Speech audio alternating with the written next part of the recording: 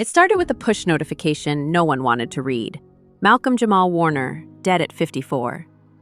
The app didn't mention Theo Huxtable, the kid we all watched grow up in oversized sweaters. It didn't mention the Pacific sparkle of Costa Rica's water. It just said dead and left millions of hearts pounding. Drowning? Off a coastline he was supposedly visiting for an eco-film? The facts felt mismatched, like a laugh track suddenly spliced into a funeral scene. And the biggest mystery surfaced in the very first line of every obituary. Why was the actor alone in the water that morning? And what single decision positioned Hollywood's beloved TV sun in the path of a lethal riptide? Stay close, because every layer we peel back on this tragedy reveals a secret hidden in plain sight, right down to the cryptic social media draft he saved, but never posted. Bill Cosby, controversial though he is, broke first silence, calling Malcolm a great studier who always hit his mark, always knew his lines. For 10 seasons, America watched Cosby's on-screen son grow from goofy adolescent to steady young adult.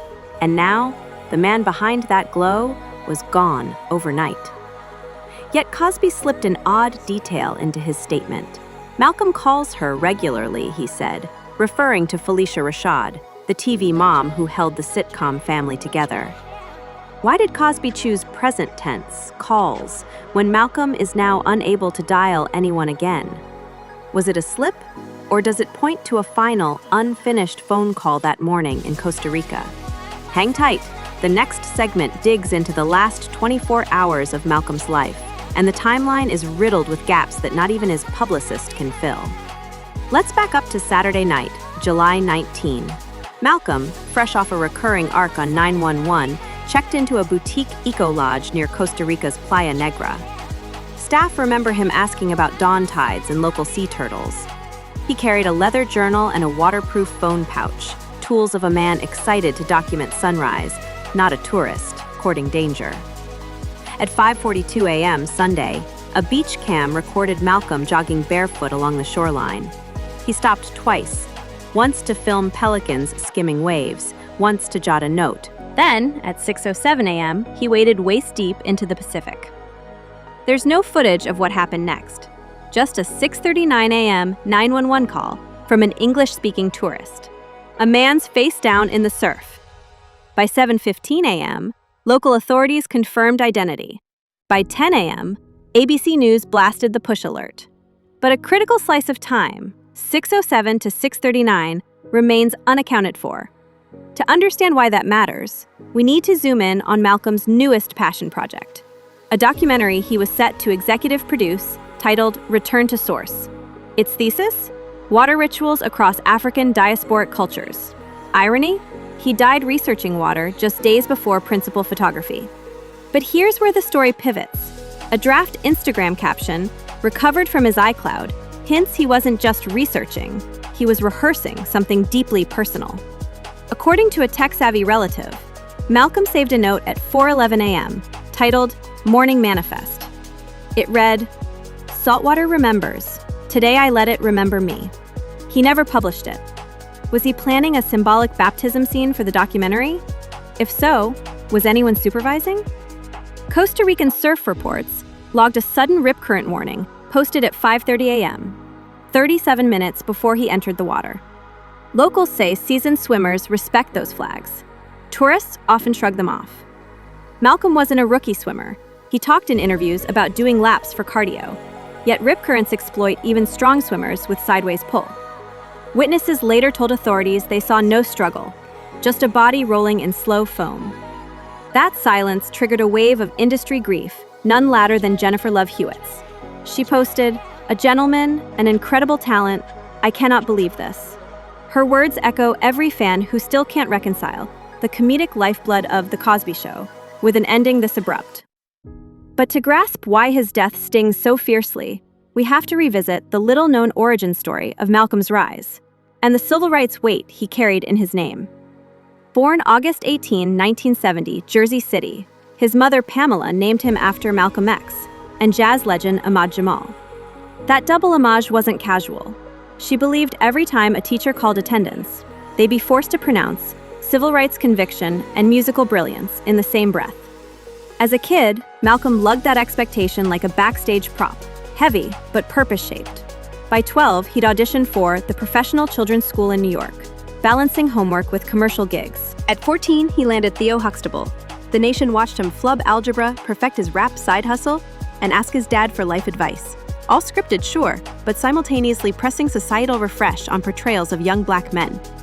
Fast forward to later roles, co-creating Malcolm and Eddie, slipping into the scalpel-steady hands of Dr. A.J. Austin on The Resident, and most recently playing a paramedic captain opposite Jennifer Love Hewitt on 911. Each character carried fragments of that original expectation: be clever, be steady, be more than a stereotype.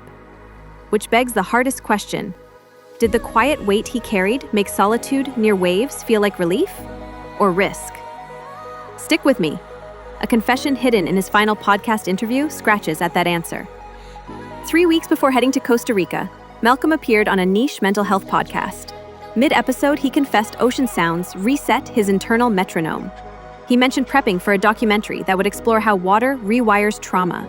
The host asked if he felt safe alone in wild surf. Malcolm replied, "It's equal parts baptism and confrontation." Pause. Confrontation with what? Childhood pressure? Middle-aged career pivots? The complicated legacy of working alongside Bill Cosby, a man now more synonymous with scandal than sitcom fatherhood? We'll never know. But this podcast tidbit reframes one eerie detail. The waterproof phone pouch recovered beside Malcolm on the shore contained only his unlocked phone, with the camera app still running. No wallet, no room key.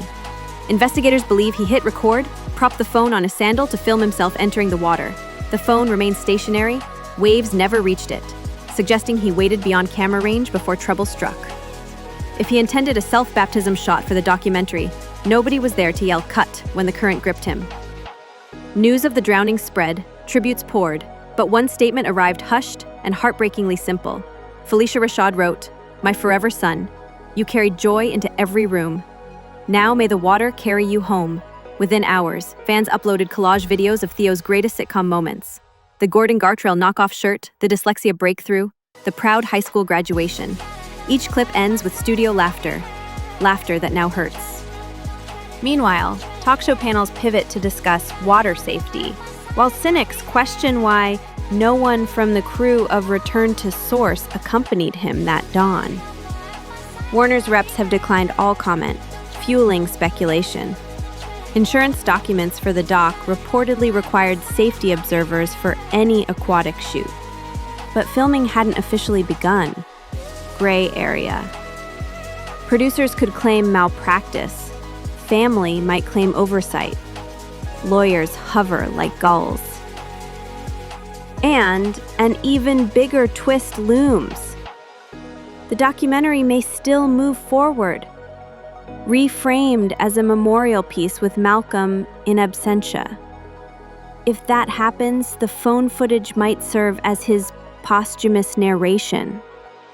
Waves, sunrise, a lone figure walking toward tide. Imagine the emotional punch of hearing his voice over the last visuals he captured. Netflix has expressed preliminary interest, but would audiences embrace or reject such raw closure? Hold that thought. We're almost to the emotional payoff you didn't see coming.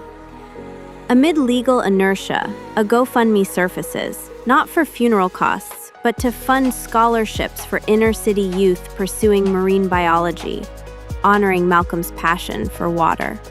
Within 48 hours, it shatters its goal. Anonymous donations appear under screen names referencing Cosby Show episodes.